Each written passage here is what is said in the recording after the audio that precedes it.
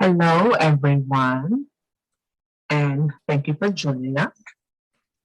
If you want the closed caption, just click the closed caption button at the bottom, and you can have it transcripts. If we have any technical issues, please just let us know. Second thing is there's been some changes with today's panelist. We had a person that couldn't make it. So instead, we have replaced them. And first, we'd like to recognize and thank the American Society for Deaf Children and Signed by Stories organization to make this happen, to allow this to happen. Thank you for the interpreters and all those who came today to talk about this very important topic. Tonight's topic is Deaf Adults' Perspective on Suicide, empowering the youth to take action, and how we can prevent suicide in the deaf community. My name is Ashley. The last name is Hannon. And I am a woman in her late 30s with long brown hair. I have the top part of my hair pulled back. I am wearing a 3/4 dark green shirt. And I'm in my bedroom. There is a green cabinet behind me, and there's a table next to me with some plants in my bed. And again, I want to thank the American Society for Deaf Children for having us here tonight.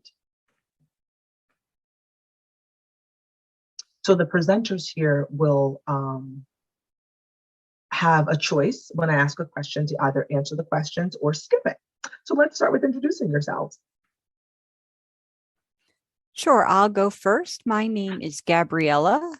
I go by Gabby. This is my name sign. I'm from Southern California originally.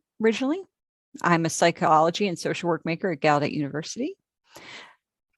To describe myself, I am a woman with some pink posters in the background and a white wall wearing a yellow shirt.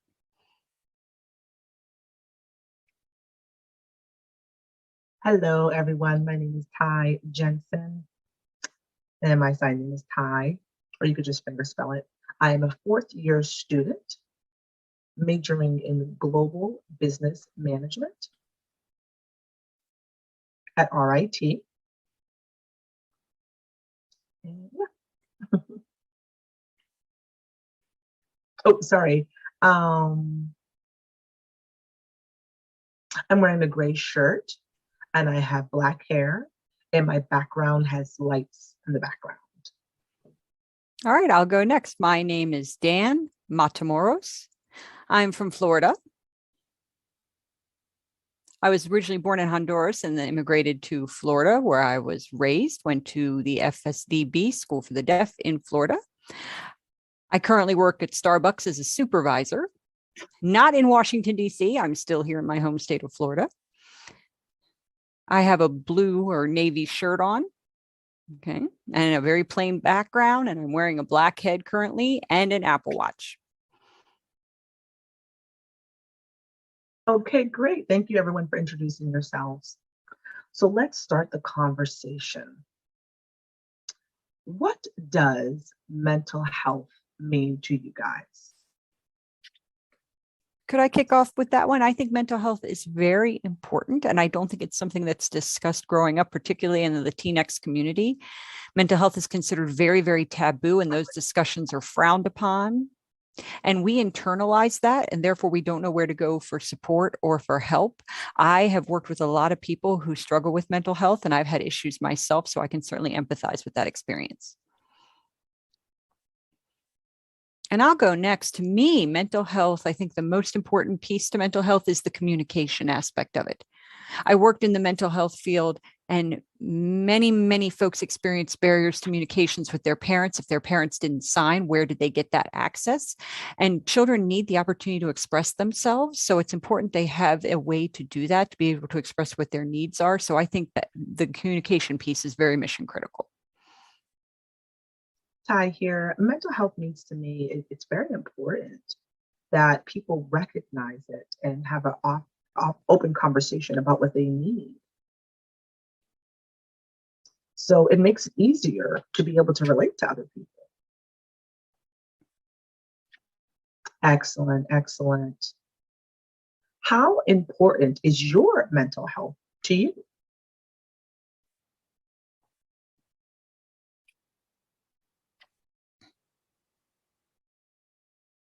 What do you guys think?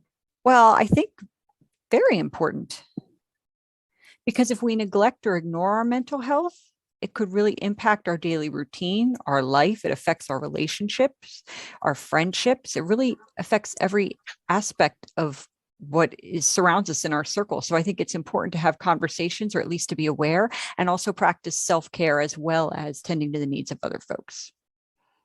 Yes, I agree. It's very important for different places like school or work or anywhere we go to feel we're connected and to feel comfortable in an environment so we don't feel like there's a barrier there if we want to discuss any problems that we're having in our mental health, to have a safe place to be able to share that. It's very important to have people that accept that.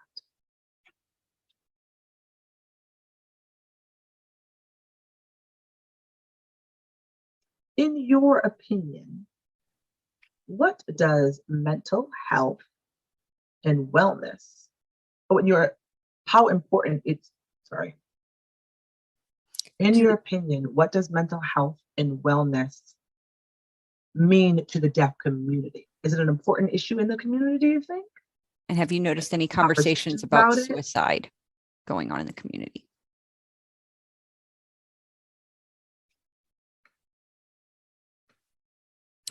Well, I think one of the things that I've noticed is that typically mental health is still considered a taboo subject, not for myself personally, but after I see discussions that kind of focus on that. I think it's very traumatizing and triggering for us with our peers, you know, for those in their 20s into their 30s. I see us, hold on one second, having conversations and recognize that it's an important issue. And I think the more we talk about it and the more educated we are, the more resources that we have access to. And I think that's particularly important for the deaf community.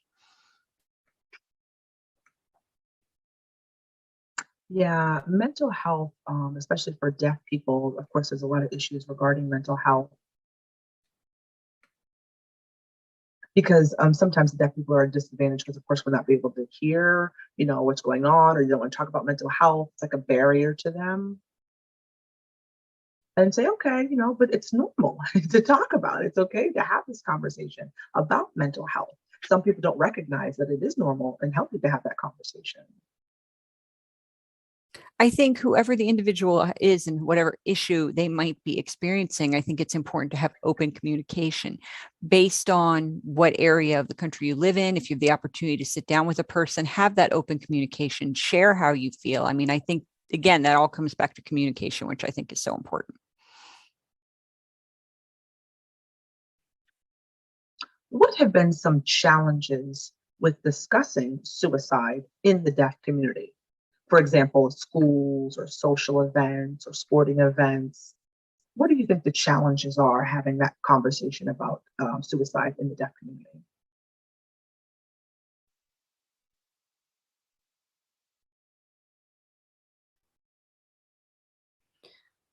Well, I can start us off. Like I mentioned earlier, the general feeling that it's a taboo subject, and it's a tough subject to discuss. I mean, any topic like this, it's a very sensitive issue, and most people, I think, are afraid to address it.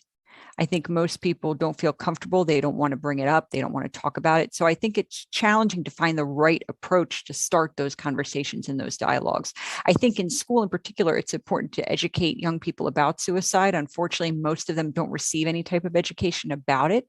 And when it comes to that, most young folks downplay it and just see it as something that happens and don't want to have a deeper dive conversation about it as to what causes it, what's, the mental health factors behind it, why did that take place, why did it happen, so forth and so on. Yeah, mental health has a lot of different things under it. It's not just like a one simple term. When you mention mental health, there's a lot of problems and a lot of things that are involved with that. And sometimes people may not be aware of that. They might hide some issues that they're having and maybe not be aware that it is a mental health issue, or they might not be able to see what the problem is.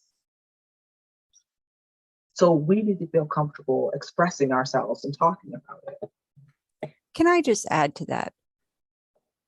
I think a lot of people are also have a sense of being ashamed about expressing themselves of this type of topic. They're afraid that something could happen to them. They're afraid of maybe the worst case scenario, like they might be hospitalized and then they won't have any communication at all. For example, they won't have accommodations like an interpreter. So I think disclosing about that specific issue is very tough for most individuals.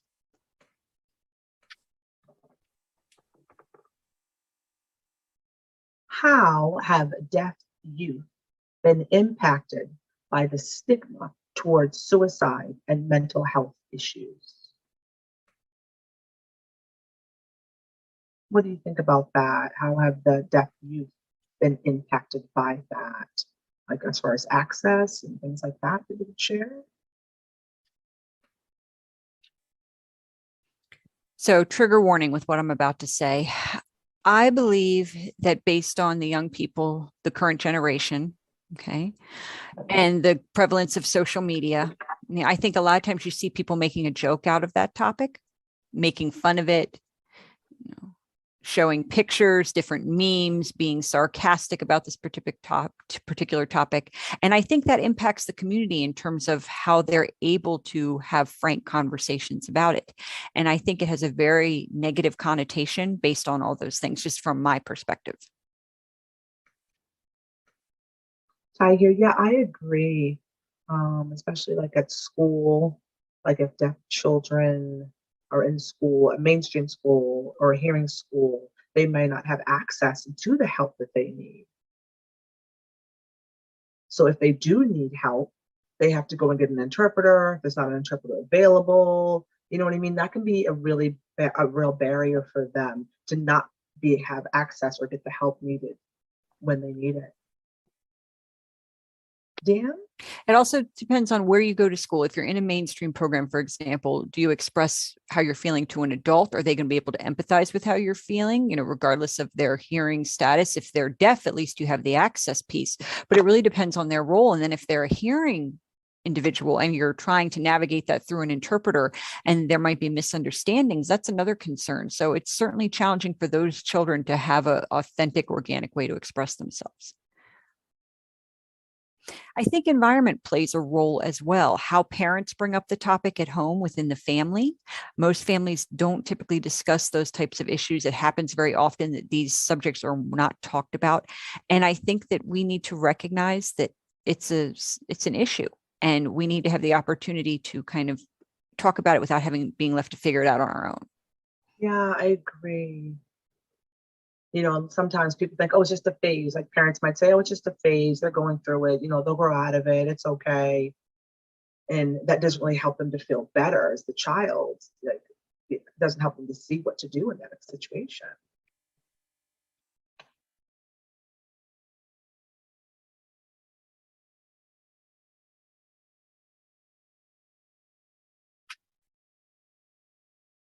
Have you been impacted by suicide in any way? If so, what is your experience with suicide? If you're comfortable sharing, of course. Do you have any personal experience, or maybe have you experienced a family member that had an issue with suicide, and how has that impacted you? Well, I can speak to that.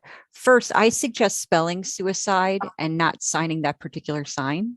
Okay, just to get us started.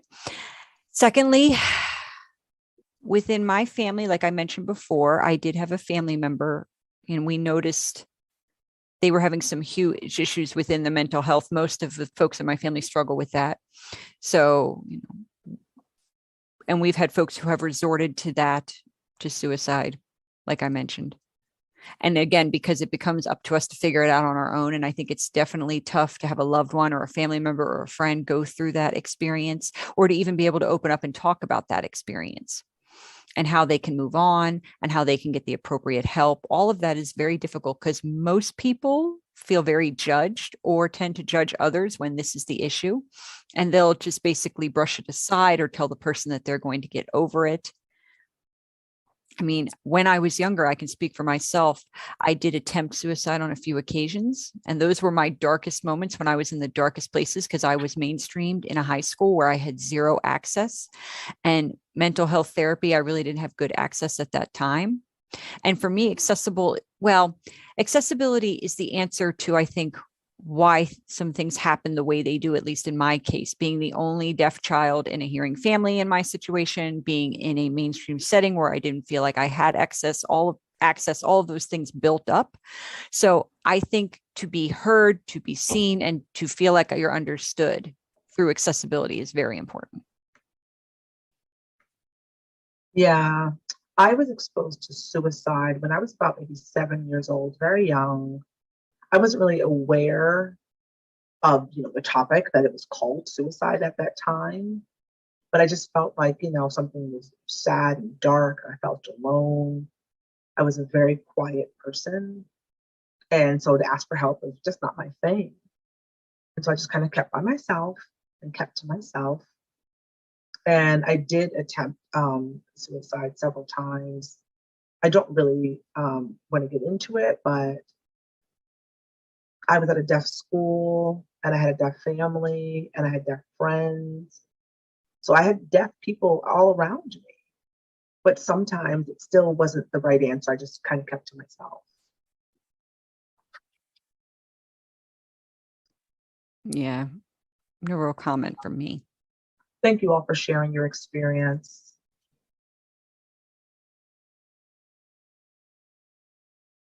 What are some of the reasons why the deaf community is lacking mental health information? What do you think about that?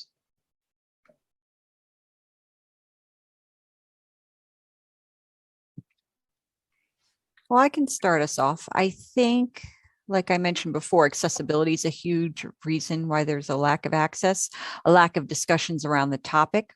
I think those two things cause us to have poor access to the appropriate information and resources that are out there, as well as access to any discussions that are related to the field of mental health. For the deaf community, we are very small compared to the general population. When you think about proportions, and everybody knows each other within the deaf community. The more you know everybody, the less comfortable you may be discussing these things, the less comfortable you might feel to disclose about your mental health. And it's harder to find resources, particularly deaf counselors, deaf social workers. They're very few and far between. There are some organizations out there that are being built, but it's taking time. Those are nice because they give you 100% access, but they're there for us to take advantage of and use.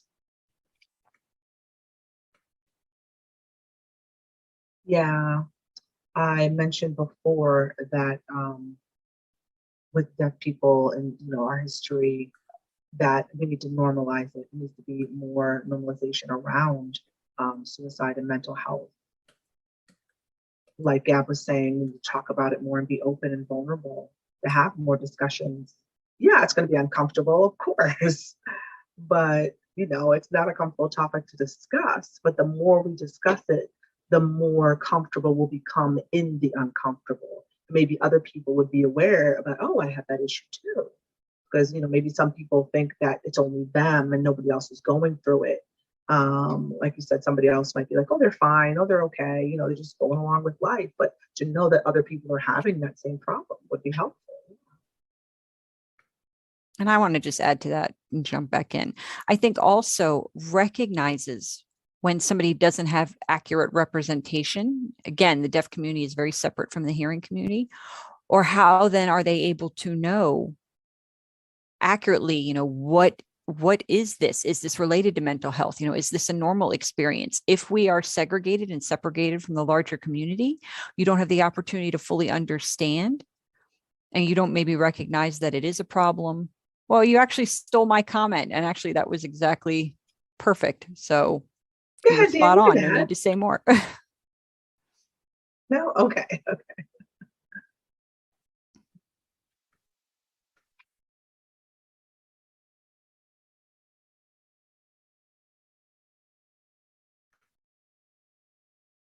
Give me one moment, please.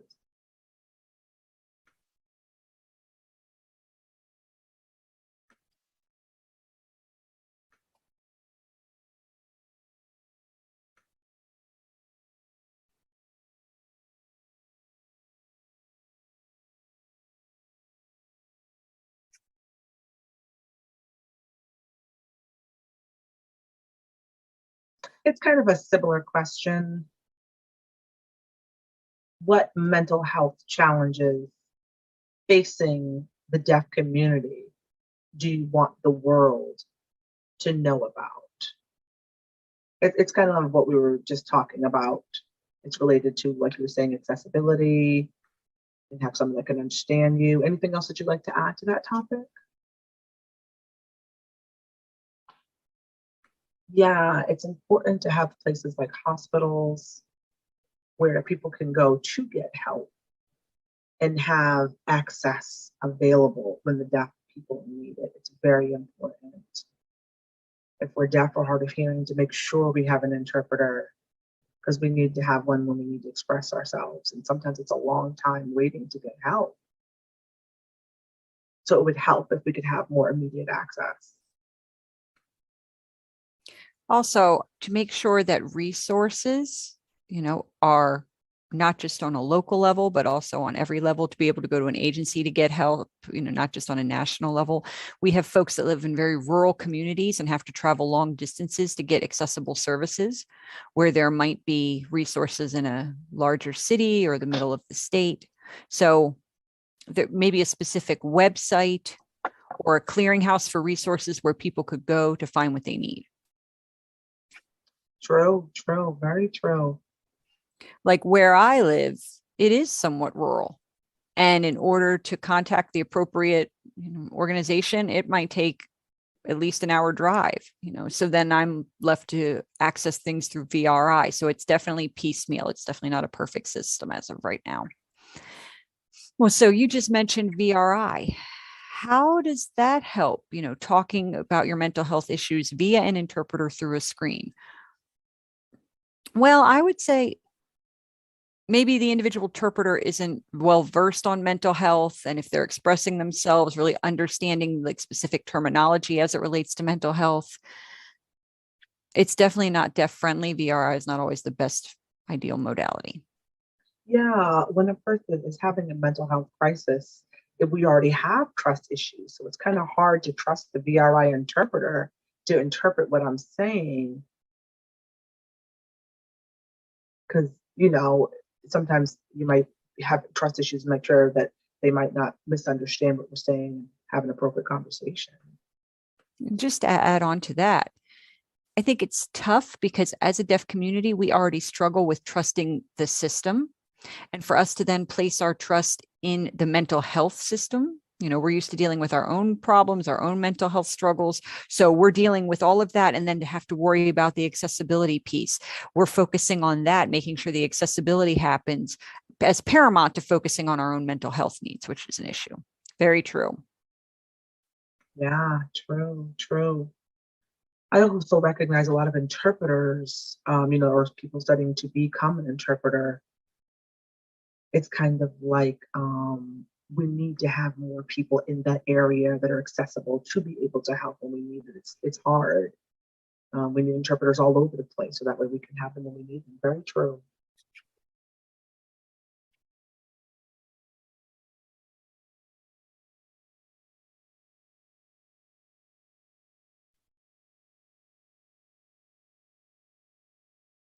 I want to ask you,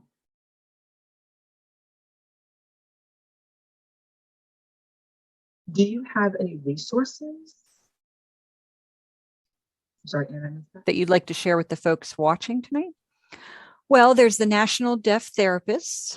That's an agency where it's an all deaf therapy staff that can help folks with their mental health struggles. I think that's one resource off the top of my head. Yeah, I didn't know about that one. How do you feel about telehealth for mental health services? Will they understand the issues with the interpreter? So as a deaf person, how do you feel about doing a telehealth appointment? Like how they do like on Zoom or through the camera, the telehealth, now that they have those options. How do you feel about that as a deaf person? Well, training to be a social worker, I think this technology shift has been difficult because trying to navigate a 2D environment on the screen, I think that forces us to not really be ourselves and not really be able to express ourselves in an organic and authentic way like you would in person. Plus, the environment where you're at that moment, trigger warning. If you're in maybe a domestic violence situation, how can that be a safe space to then express yourselves in a telehealth appointment? So I think environment is also critical. So there's a variety of different factors that can really impact the success and the efficacy of telehealth. And I think there's different layers for us to then figure out in terms of how we connect with the clients, how we connect with the individuals, how we navigate telehealth or mental health in a telehealth space. Yeah, that does make sense.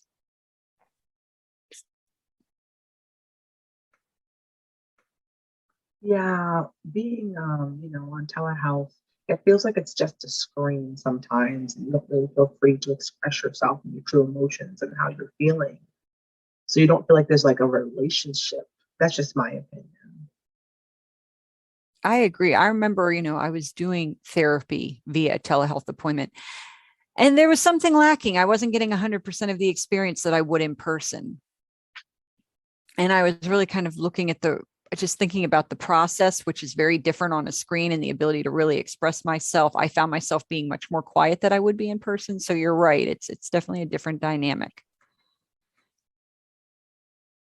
Also, when you think about it from the therapist point of view, part of what we're charged to do is observe the client and their body language to help understand them better. If you're interacting with them through a screen, you're missing out on that. So you don't see necessarily their whole body. You might not necessarily see, or miss certain factors. So it's not just the client struggling, it's the therapist as well. Yeah, like you said, if in person you could see everybody, now that we're on screen, we only see from the waist up. You don't really see the whole person. You can't see their full body. You can't see the body language. That's very true. Actually, I remember when I used to do in third person therapy, I caught myself, my leg with a little tick there, and I didn't even recognize that I was doing it. With that type of body language information would be missed in a telehealth appointment, and should I express that I'm nervous? Should I share that with you? That's something that the therapist could glean just by looking at my body language. In person, the therapist was able to recognize that. So yeah, there are definitely limits to being just seen from the shoulders up. Yeah, in person, you can be a little bit more um show your true self, I guess. You see if you're not comfortable in the area, and where on telehealth it might not show as much. Very good point. So with that being said, let's move to our next question. With deaf teens and young adults, why do you think that they have might uh, attempt suicide rather than seeking help? From my personal experience, I think it comes back to accessibility. I grew up in a hearing family, feeling very isolated. I also had a hearing educational environment, which was isolating. And it was easier just to go in that direction instead of looking for the appropriate resources and trying to find help that was available. Also, not knowing what you don't know, and not recognizing that it's related to maybe, growing up, and being a deaf child in a hearing environment can be very isolating, and to not have a full understanding of the resources that are available. There are resources out there for deaf individuals, but they don't necessarily understand that and know that they're there. So there's a learning curve. So there's a lot of factors in the process. Yeah, many deaf kids that have hearing parents, sometimes the hearing parents don't understand the deaf world, or they understand it too late. So I recommend that they expose themselves to the deaf community, the deaf world early on. So that way it won't prevent them from being accessible to their own child. Absolutely. I used to work in a mental health setting, and often the children that I would see there came from out of state. They would actually come in from, hospitals. They would be sent to us. And what I saw oftentimes was, because we had therapists that could sign, or we had therapists that were deaf, or we had therapists that were partnered with interpreters, they finally had access and they had the ability to express themselves. Without that, I think many deaf teenagers can't find somebody to talk to that's readily accessible.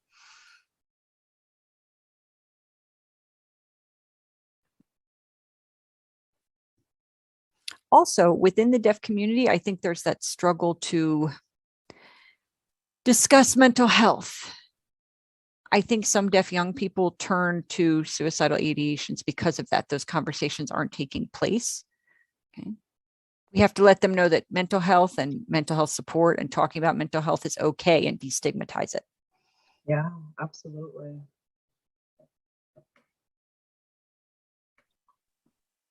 What do you think that we can do related to deaf children who have hearing parents who may not have access to other deaf adults?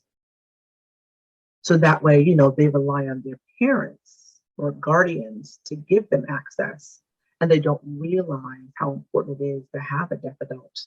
What do you think about that?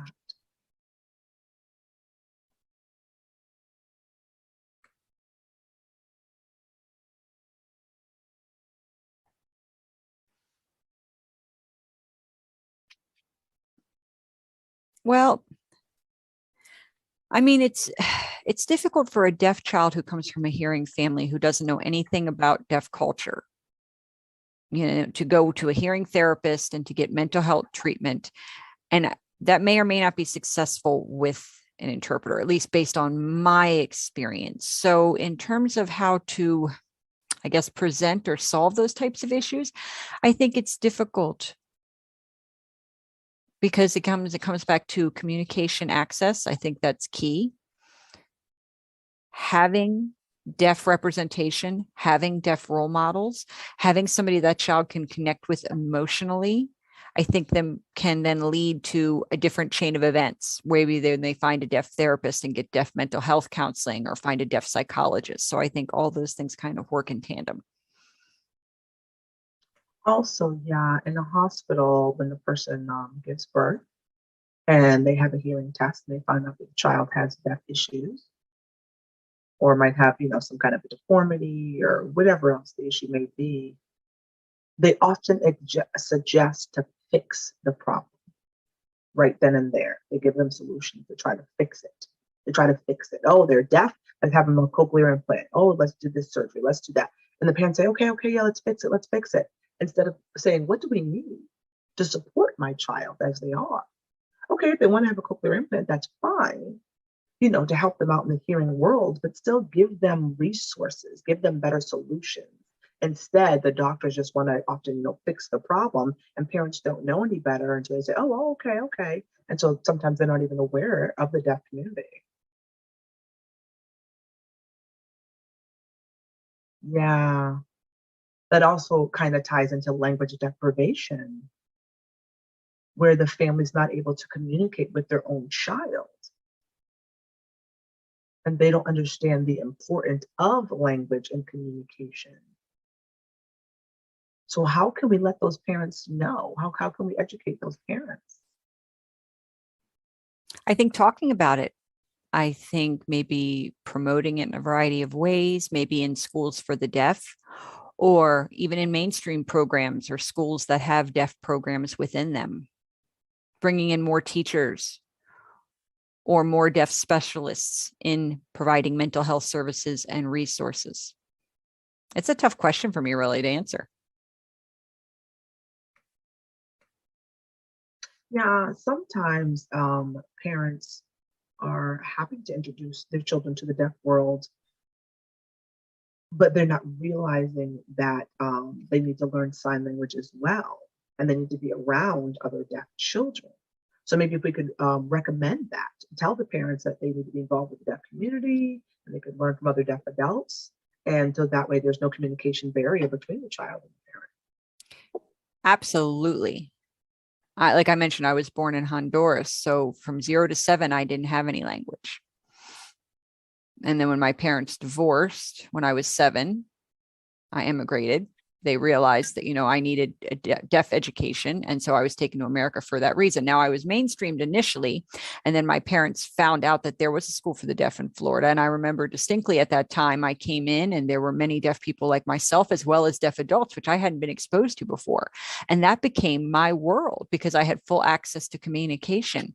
It felt like heaven. I felt fully immersed in that environment and it was very exciting. But I recognized that I didn't have that same relationship with my parents. I couldn't express to them. We didn't have that same communication. I couldn't talk to them about things like my frustrations and why they were leaving me there and things like that. So that was definitely my experience growing up. And I think it was eye-opening for my parents too, that barrier to communication. After I graduated, my parents realized and they decided to learn sign language, but it was a little too late because our relationship had already been impacted. Growing up without having a relationship with them had left lasting effects. I think when you have a baby, you should just start communicating with them from the jump and develop that bond. I don't have that with my parents. I still don't feel that. I mean, I see my mother, but there's definitely a lacking there when it comes to the bond. So I think there has to be communication. I think that is paramount throughout a child's growing up experience, making sure that you have communication and that give them that access. Absolutely. Access to language, and it helps children understand their world. What's going on? Why do I feel this way?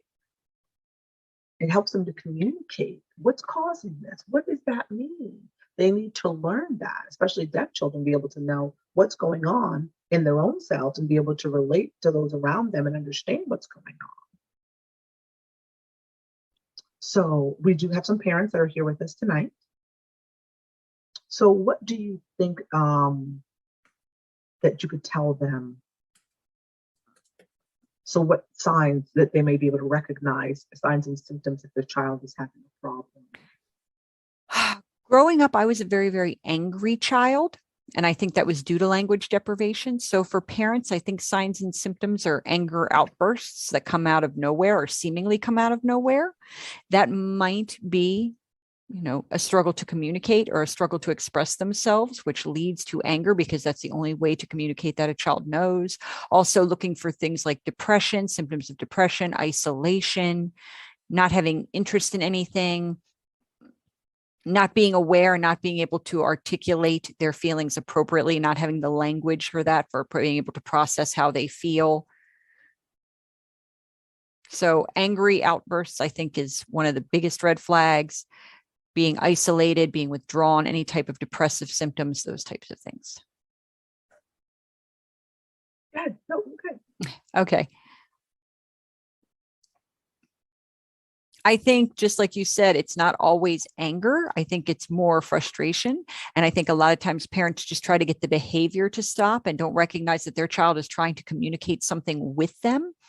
It's just written off as bad or maladaptive behaviors. I think if you really want to communicate with your child, I think you really need to make the effort. And when your child feels that connection with you and they're able to express themselves, you'll see a decrease in those behaviors.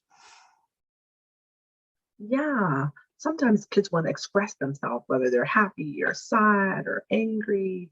And sometimes, they want to tell their parents what happened in school or what they learned in school or what happened with a friend when they were playing.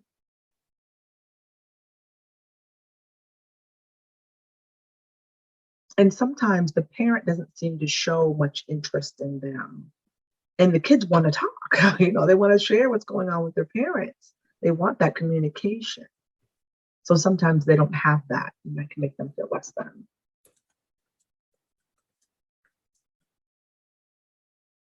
For the audience tonight, do you guys have any questions? If so, please type it into the chat, okay?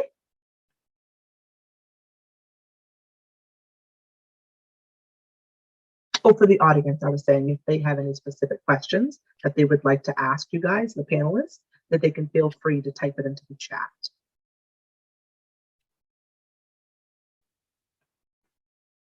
Oh, the audience is going to put in questions? Oh, yeah, they can if they want to.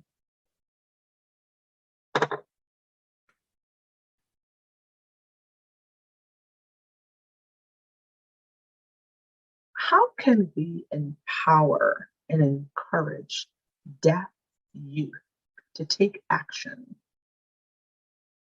to help reduce suicide? What do you think we can do about that? Did you guys get that question? Yeah? Yeah?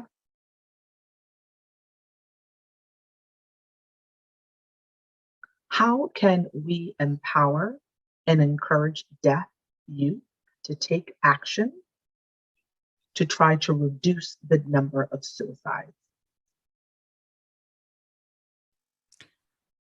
I think education is key. Exposure is another key. Having those conversations, talking about it more. I think the more people that recognize it, the more people are comfortable talking about it, the more people recognize they have maybe similar experiences and have someone to relate to. Yeah, exposure, more exposure to what is acceptable and that it is acceptable anywhere, and to feel comfortable to express yourself wherever you're at. Because then that will lead to feeling, like I'm not alone. Someone understands me. I know there's people here to support me and people that understand me.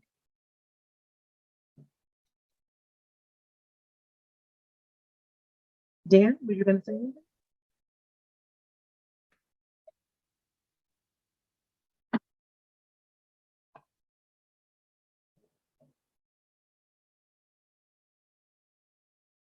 Could deaf children born into a hearing family, do you think that they have a higher risk of considering suicide compared to deaf children that are born to a deaf family?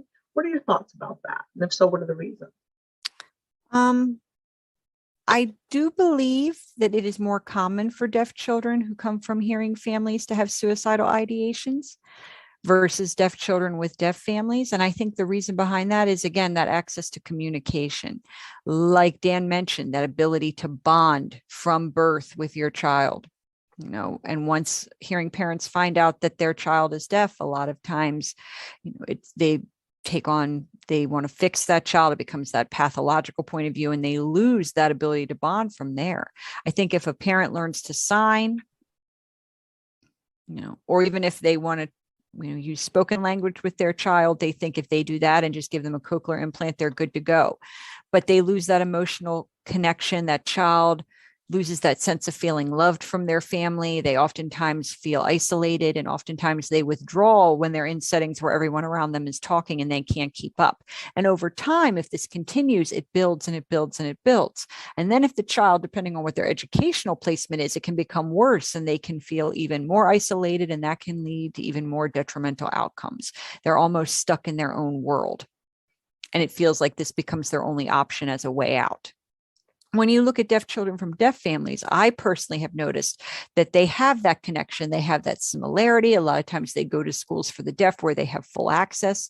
Now, I could be wrong, but I think if a deaf child is at a deaf school and they have a comfort zone built in their educational environment, they have a sense of safety, they have a sense of well-being, and all of their basic needs are being met, and they're not having to worry about things like understanding the interpreter at school and not understanding what's happening at home. I think in those cases, which is typically what deaf children from deaf families experience, they just experience a lot less of those stressors. As a deaf child born to a hearing family, sometimes they feel like they can't relate to their own family, their aunts, their uncles, their cousins, because if they're the only person in the family that's deaf and the whole family is hearing, then that helps them to feel more of an outcast. They don't feel like they're related to their even own family. But as a deaf person that comes from a deaf family, they can relate more to their aunts and uncles and things like that. So they have someone to chat with anyway. They feel like they're not alone and they can go to their parents anytime. Or if they have a deaf sibling, that helps as well. When I worked in the mental health space, for many years, many of the things I saw was that hearing parents would send their children to get these services, which would make sense. However, it would basically it was a state issue, usually state hospitals or state schools that would send these children. A lot of times it would be at the impetus of their parents. And a lot of times this was because of communication barriers and issues of neglect and things like that. It was very rare that I saw deaf children from deaf families be sent to us. It was a rare occurrence in terms of percentages. However, I think regardless of the parents, I think with deaf children, you need to make sure that they feel seen. You need to maintain things like eye contact. You need to recognize when they're trying to communicate or express something with you and make them feel seen. I know when I was growing up, I would always look to my parents and I would see them talking, and I always wanted to be part of that conversation, part of that communication, but I wasn't able to. So make sure that, if there are hearing parents, you need to make an effort to maybe learn sign.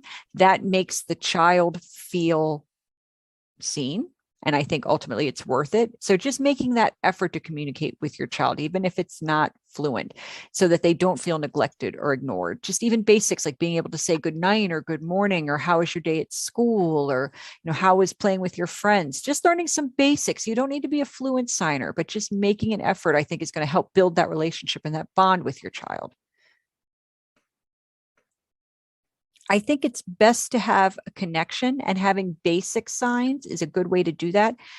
Being able to say you're sorry, can be able to continue to apologize. That doesn't always solve the problem. Yeah. Sometimes hearing parents will have like their own sign language with their kids. Like, to say, like, you want to eat, and thumbs up, or, rub the belly, thumbs up, are you hungry? So it's not really ASL, but just to be able to have some kind of communication helps. To say, how are you feeling, or how are your friends, or did you watch a movie today? Just to be able to express themselves really helps. Even a little communication can go a long way. Yeah, and the ability to validate what a child is feeling, just by giving them the basics, is one thing, but you can't have those in-depth conversations. Well, I learned from friends. I have a few good friends who have implants, and I'm not against implants. If that's something that the parents want to do, that's their choice to implant their child. I respect everyone's decision. That being said, I think parents think that that is going to be a quick fix and that your child will be able to learn to speak. And they don't necessarily realize that before they go to bed or before they take a shower, that implant comes off and they go back to being a deaf child. So I think it's still important to learn at least a little bit of signs so that communication can be maintained all the time. And that makes your child bilingual. So no matter where they are, they have access. They are born deaf and they're still going to be deaf. So even if they have spoken language ability, I don't think that, parents often realize that oftentimes these children still rely on lip reading, or depending on the person's voice, they might be used to their parents' voice, but they might not be used to other voices or accents or inflections. So I think it's important to give them all the tools. So to at least learn a little bit of signs so that they can communicate when that implant's not on or when it's not ideal. Yeah, especially at the dinner table, it's very important to have that conversation. That's huge to have parents and bonding, because a lot of conversation happens over the dinner table. The brothers and sisters share what's going on, and the parents share their day. The deaf person, the deaf child should be involved in that conversation, dinner table syndrome. So that could be a great opportunity to have the child be involved and feel included as part of the family, and to see and understand, oh, this is what's going on. This is the conversation. And it's huge. It's so huge. And it can be really traumatizing to a child when things like that dinner table syndrome happen. That sticks with them for the rest of their life. They remember that feeling of isolation while everybody else is having a conversation. And it can make a huge impact on their ability to express themselves later in life and their ability to connect with other people, not just hearing people, but how they connect with other members of the deaf community. Seeing what they experience is going to impact their ability to interact with others. So it can be very, very traumatizing. And also, as a child, it forces them kind of to be involved. Adults should offer the opportunity for the child to be involved in the conversation and feel included. So far, we don't have any questions from the audience.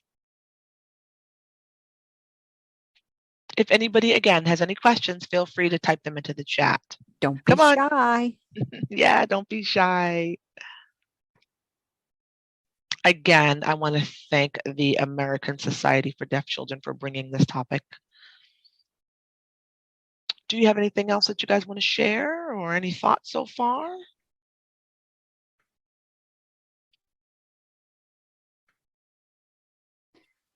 Well, I just want to promote, I guess is the best way to put it, more discussion about this topic. Like I said, the more we talk about it, the more comfortable we're going to get talking about it, the less stigmatizing it will be. People will start to recognize it's okay to talk about it. And that's going to lead to maybe brainstorming and idea generation in terms of how we can maybe address some of these issues and how we can prevent the high numbers and high statistics of suicide that we currently have. Yeah, it's a small step, but it can't hurt. You know what they say, start small, right? And it will lead to progress. Oh, we do have a question. Yay. We don't have a deaf community here where we live. How do I immerse my child in the deaf community? Oh, that's the question from the audience. Okay. That's a common issue, the issue of geography. Sometimes you might have to drive a little bit of a distance, or there are some family camps there that take place on certain weekends where you can come together that are a lot of times hearing families with deaf children. That gives you an opportunity to connect with folks. Some people don't feel comfortable sending their child to a school for the deaf because it's so far away. It kind of depends on the state you live in. Also, some schools, I think it starts in either middle school or high school, they do provide dorms. So maybe your child could go to the deaf school if there's a dorm and maybe attend an activity or a sporting event or an art class, just any kind of activity that they have available at the school for the deaf or a school that has the dorms. If they're willing to do that, that could be an option to try. I also noticed that, one of the factors with sending a child to a school is that, particularly with BIPOC communities, is they feel hesitant. I don't know. And one of the ways to solve that, I think, is looking on YouTube, looking online, looking for different resources there. There's a lot of resources that we don't realize are available online that we can give to our child. Place yourself within the community. Even if you don't have one locally, there's a community, for lack of a better word, online, and unfortunately, we're transitioning to more and more of a digital world, and a lot more resources are available online, and there's a lot more tools that you can find there. That's actually perfect. And yes, most parents want to keep their kids at home. They don't want to send them away to a school for the deaf or put them in the dorm. I totally understand that.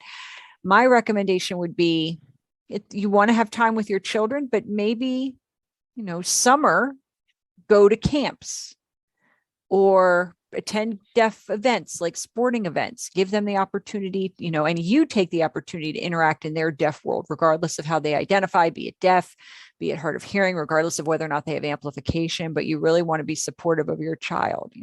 You keep them home during the year, but then in the summer, try to branch out. True. Any final comments about this issue that you'd like to discuss so far that we've talked about? Anything else to add?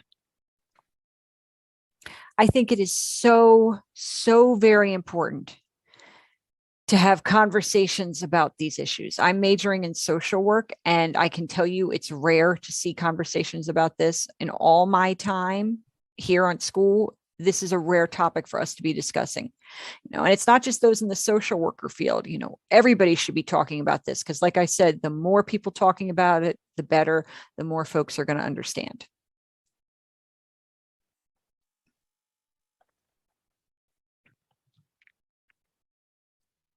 Right. And piggybacking on what Gab said, it will reduce the damage in the future. If we do something now, it will help in the future. Children will be like, oh, this is worth it. This is an important conversation to have. I think it's important for parents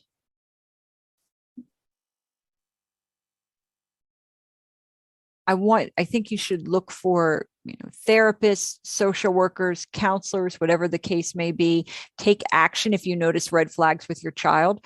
Do some research in terms of, I would say, don't let your child hold things in. Don't let them suffer. Don't let them feel isolated. If you're recognizing some signs and symptoms or some red flags, try communicating with your child or your teenager or your young adult, regardless of their age. You want to have that bond with them. You want to have open communication as much as possible, and you want to research and do your due diligence into anything that's available. No limits. Yes. Also, to add to that, I notice sometimes there's like a Facebook group. So you can find a Facebook group and see where they have a Facebook deaf group to join, and you can ask questions and people can be there to help. That can be a resource for you. Maybe some people don't think of that, but I know there's a lot of availability on Facebook. Find a group and join one of those. Actually, the last thing that just comes to mind, Gallaudet, the only deaf liberal arts university in the world. I'm sure everybody's familiar with Gallaudet, right? Okay. Gallaudet University is the only liberal arts university for the deaf in the world. And there's a large amount of deaf people here. We have a critical mass. And one of the things I've noticed is the discussions of mental health don't take place outside our classrooms. So, how do I say? Setting up safe environments where we feel comfortable and safe having those conversations, I think, is important. That's given me a lot of perspectives to think about the conversations I've had with my peers on how to solve these types of issues. How can we talk about this more, just generally speaking?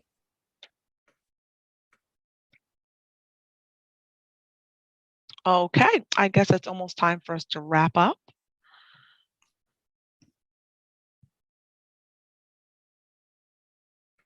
Do you guys have any websites or resources that we can share? Does anyone know of any? Oh, Gab, you said something earlier. What was that? Yes, National Deaf Therapy. Do you want me to put it in the chat, or would that? Okay, Yeah, sure. Type it in. Let me put that in the chat.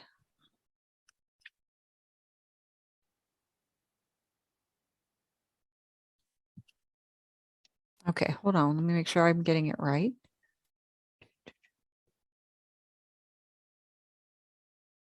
Oh, hold on. Also, I want to add something for people who want to learn sign language. You can look online, but always make sure the person that is doing sign language or teaching sign language is deaf themselves and not hearing, because true language comes from a native. So I just want to recommend that if you are looking for sign language videos, make sure they are deaf, please. Yes, as the American Society for Deaf Children, we offer sign language classes, and it's taught by deaf professors. Okay, so there's a lot of different organizations. The first one related to domestic violence, HEARD, HEARD, which is DC based.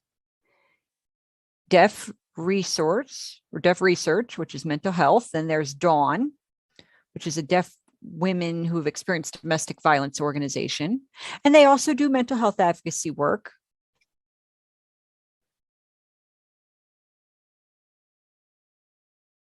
Bear with me. Make sure I didn't miss anything. Okay, so those would be my top ones. Okay, good. Okay, so we're going to wrap up now. Again, I want to say thank you so much for coming tonight. Thank you, everyone who's watching us. Thank you for all the parents who are involved. Thanks for everyone who are here tonight listening to our stories. You can go to the American Society for Deaf Children's website, and they have many resources as well for you. And we are here to help and support any of the parents in any way needed. Thank you for coming to this panel discussion, and thank you, panelists, for being involved. Your rich experience has been wonderful. Thank you for having this conversation. On Facebook, Instagram, and social media, we have the pages, the ASDC pages, and Signed by Stories. So please follow us on social media, and we'll be posting other events that we have upcoming and more conversations regarding different mental health issues, about deaf issues and deaf culture, deaf communities, and ways that you can support. Thank you again so much for coming. Thank you, everybody. Thank you so much, panelists. Have a good